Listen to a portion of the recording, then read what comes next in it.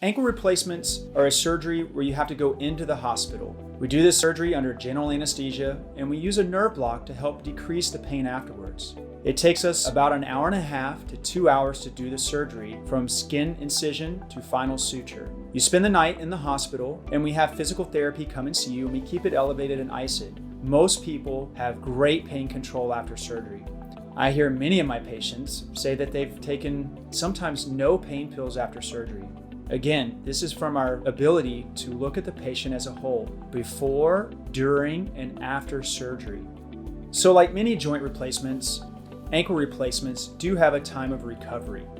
Ankle replacements require that we strictly elevate the leg for about 2 weeks after the surgery. This can appear to be a daunting task, but I look at it as an opportunity to rest and, frankly, catch up on some movies or Netflix.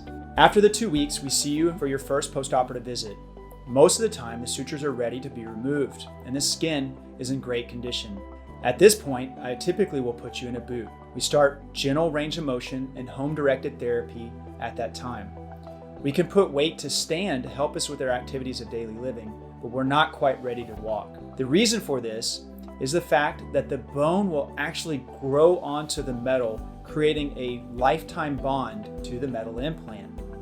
This takes anywhere between 6 and 12 weeks, and we can even see this bond curing or getting stronger over the course of a year.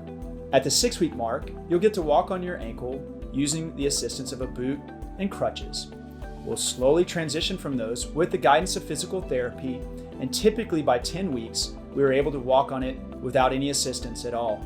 People often wonder, well, doctor, when am I going to be able to return back to my things that I love, like golf or walking or cycling? Well, everyone is frankly a little bit different, and every activity is a little bit different. But I tell people they're able to start cycling at 4 to 6 weeks after surgery, walking typically around 10 weeks after surgery on a limited basis, and increasing as we get stronger.